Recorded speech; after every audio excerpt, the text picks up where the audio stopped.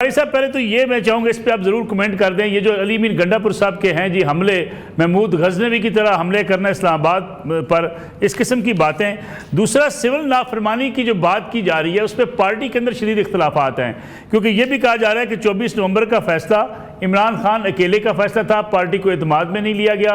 अब अगर सिविल नाफरमानी की बात की जा रही है तो पार्टी इस बात पर कोशिश कर रही है कि इमरान खान को मजबूर किया जाए कि वो इस किस्म की कॉल ना दे।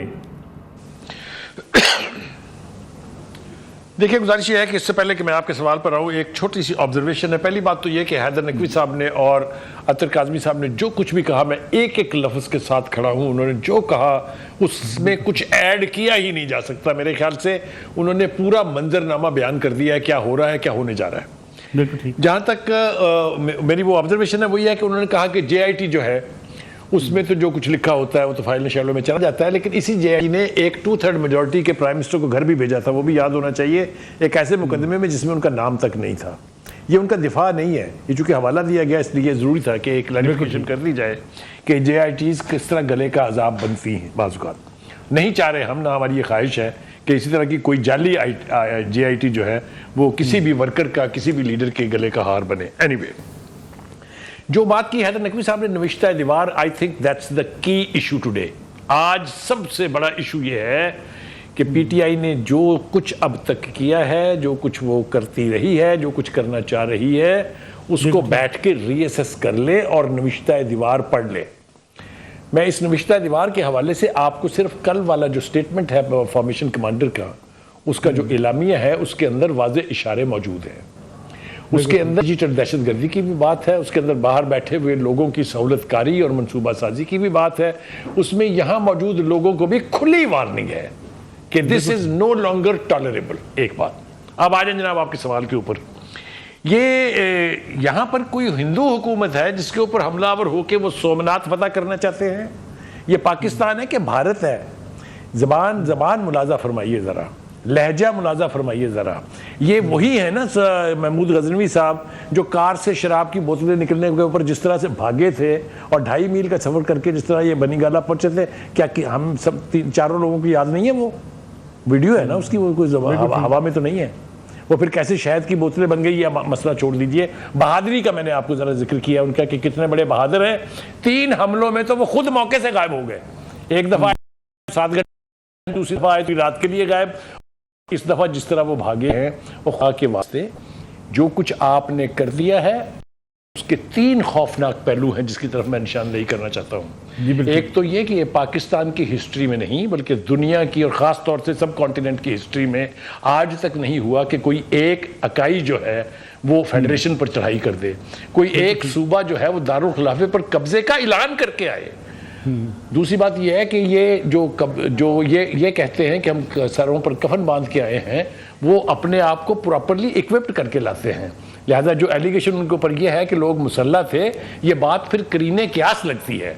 आपने तो कहा था कि हमने घर वालों को कह दिया आप हमारी फातिया और हमारे जनाजे पढ़ लीजिएगा।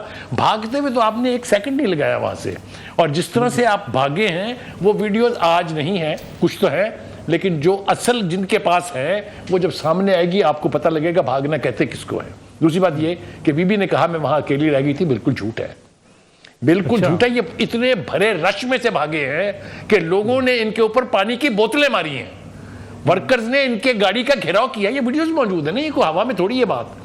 वो पीट के चिल्ला के कह रहे हैं मैं वजू करने जा रहा हूँ। गंडापुर साहब, वो जो सोमनाथ वाले हैं, जो महमूद गजनवी साहब हैं।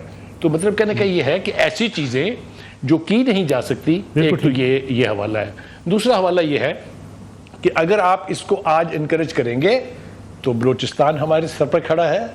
सिंध की बातें आप और मैं सुन चुके हैं, सिंधु द्वेष मैं तो नहीं बना रहा था ना। वो कुव्वतें कहाँ गई? अगर उनको इनकरेज किया जाता, अगर वो अपने मिशन में कामयाब होते तो पाकिस्तान का आज नक्शा क्या होता। लेकिन अनफॉर्चुनेट बात है, क्या इसी पार्टी के चीफ ने ये नहीं कहा था कि पाकिस्तान के 3 टुकड़े होंगे? क्या ये नहीं कहा था कि फौज तकसीम होगी? मतलब है ये कौन सी ऐसी बात है जो हवा में है? तो उन्हें मेरे ख्याल से अब अकल आनी चाहिए कि सियासत करने का रंग सियासी रूट्स अपनाने से ही होगा। वो एक सांस में अगर ये कहेंगे कि मैं इस चीफ को कब्र की दीवारों तक नहीं छोड़ूंगा, और दूसरे में कहें कि मैंने बात उन्हीं से करनी है, और वहां से जवाब आए हमने आपसे बात करनी ही नहीं, आप जो मर्जी कर लें, तो कौन सा हल निकलेगा मलिक साहब? बिल्कुल ठीक। तो ये जिस एक्सट्रीम पोजीशन पर उन्होंने अपनी पार्टी को पहुंचा दिया है और जिस तरह की बिकरिंग उनकी पार्टी में है, आई थिंक बिल्कुल ठीक कहा हैदर नकवी साहब ने। ये निविश्ता दीवार है, इसको पढ़ें और इसके मुताबिक अपनी पॉलिसियां बनाएं, वरना अनफॉर्चुनेटली वो है ना कि तुम्हारी दास्तां तक भी ना होगी। दास्तानों में अगर अंदर का टूट फूट इतनी शदीद हो जाए मलिक साहब कि एक पार्टी में दर्जन भर ग्रुप हों, तो उसका खुदा ही हाफिज है।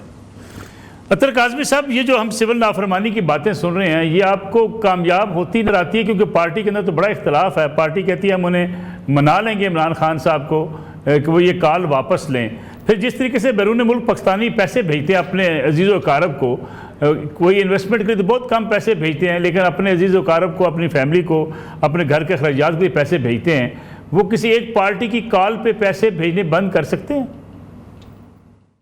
देखिए, इसमें जो लीडरशिप की जो जिम्मेदारी है ना, मेरा अपना पॉइंट ऑफ व्यू है, बुखारी साहब का अपना है, नकवी साहब का अपना है, हम सब का मुख्तलिफ हो सकता पॉइंट ऑफ व्यू, लेकिन हम जो जेन्युइनली बिलीव करते हैं ना, हम वो बात करते हैं जो हम उसको सही समझते हैं। मुझे इशू वहां पे होता है कि जहां पे आप अपने कारकुन को बेवकूफ बनाने की कोशिश करें। जिस तरह अली साहब कहते हैं मुझ पे कातिल हमला हुआ, भाई तुम कोई स्टूडेंट लीडर नहीं हो, तुम एक सूबे के चीफ एग्जीक्यूटिव हो, तुमने कोई एफआईआर करवाई, तुमने कोई वहां पे जुडिशियल इंक्वायरी के लिए कोई वहां पे बात की अपने सूबे के अंदर, तुमने बताया कि जनाब किस किस्म का सलूक हो रहा है? ऐसी तो आपने कोई बात नहीं की। तो आप अपने कारकुन से आपको ऑनेस्ट होना पड़ेगा। दूसरी बात देखें, जो अभी इस वक्त जो हालात हैं, ये हालात कोई अली अमीन के जुलूस से या इमरान खान साहब के बयान से या सिविल नाफरमानी की बात से शुरू नहीं हुए। आप देख लेना पिछले 2-2.5 साल से यहाँ पे क्या हो रहा है। एस्टेब्लिशमेंट का किरदार वो खुल के सामने आया, सबने माना, बिलावल साहब ने माना, मौलाना ने माना कि उस वक्त की जो एस्टेब्लिशमेंट थी वो इन लोगों से तंग थे। उन्होंने आके कहा कि एक ऐसा चीफ लग जाएगा जो 10 साल तक बैठा रहेगा। वो सब कुछ हमारे सामने है। उसके बाद फिर जो इंतखाबात हुए, आपने लोगों को राइट दिया कि जाके अपने लोगों को चुनो, ऑल्दो के उससे पहले बल्ले का निशान ले लिया गया था, लेकिन 8 फरवरी को लोगों ने जिसको वोट दिया नहीं माना गया उसको। यहाँ पे फॉर्म 45-47 की एक बड़ी लंबी बहस है। उसके बाद फिर जो मखसूस नशिस्तों वाला मसला था, वो आपने वो भी अदालत के फैसले को मानने से इनकार कर दिया। पार्लियामेंट के अंदर उनको मखसूस नशिस्तें भी नहीं दी। तो जब आप सारे एवेन्यू बंद कर देंगे तो फिर तो बात इसी नहज पे आएगी ना जिधर आज हम खड़े हैं। अगर आपने रूल ऑफ जो बुक है उसको ही फाड़ दिया, उसकी बात नहीं माननी, जोर जबरदस्ती करनी है, आपने कहना है जनाब मुसलसल दफा 144 लगी रहेगी, किसी को हम जलसे की इजाजत नहीं देंगे, या उधर चले जाओ उसमें सब्जी मंडी में या मवेशी मंडी में। ये दुनिया के किस मुल्क में होता है? जो पार्लियामेंट होती है मलिक साहब, वो मेरे आपके हम सब के हकूक की जामन होती है, जिसका साउथ कोरिया की पार्लियामेंट ने 24 घंटे यहाँ पे मार्शल आनी वहां पे लगने दिया, और यहाँ पे पार्लियामेंट आधी रात को खुलती है एक्सटेंशन देने के लिए और जनाब ताकतवरों का तहफ़्फ़ुज़ करने के लिए। पार्लियामेंट तो अपनी अफादियत ही खो बैठी है। क्या पार्लियामेंट का वो किरदार हमें नजर आ रहा है? तो ये एक बड़ा इशू है। बाकी जहां तक सिविल नाफरमानी का ताल्लुक है, मेरे ख्याल में देखिए, एंड ऑफ द डे मेरी सहाफत हो जाए, किसी की सियासत हो जाए, किसी की वकालत हो जाए, ये मुल्क है तो हम सब कुछ करते हैं ना। इख्तलाफ करें, खुल के करें, लेकिन मेरे ख्याल में उस हद तक किसी को नहीं जाना चाहिए जहां पे हमारे मुल्क को नुकसान पहुंचे। बुखारी साहब इसमें कोई कमेंट करना चाह रहे हैं? मैं हैदर नकवी साहब की तरफ जाऊं इसके से पहले। बुखारी साहब आप कुछ कहना चाह रहे थे? जी जी जी, मैं दो एक बातें करना चाहता हूँ। पहली बात तो ये है कि ये एस्टेब्लिशमेंट जो कुछ आज कर रही है तो बिल्कुल ठीक है कि गलत है। तो एस्टेब्लिशमेंट ने 2018 और 2014 में जो किया था वो ठीक था।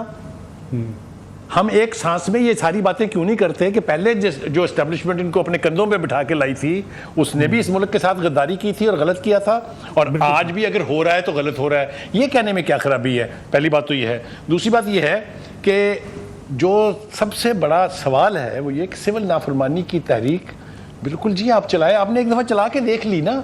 आपने बिजली के बिल को कंटेनर पे खड़े होकर आग लगाई, पिछले 3 साल के बिल दे के और मीटर की कीमत दे के दोबारा लगवाया आपने।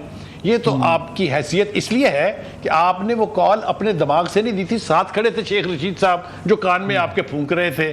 तो अगर आपने कानों में सुनी हुई बातों के ऊपर उसको पॉलिसी यानी जरिया बनाना है तो फिर ये इसी तरह हवा में उड़ेंगी ना। आप मुझे ये बताइए, तरसीलात की बात हुई है,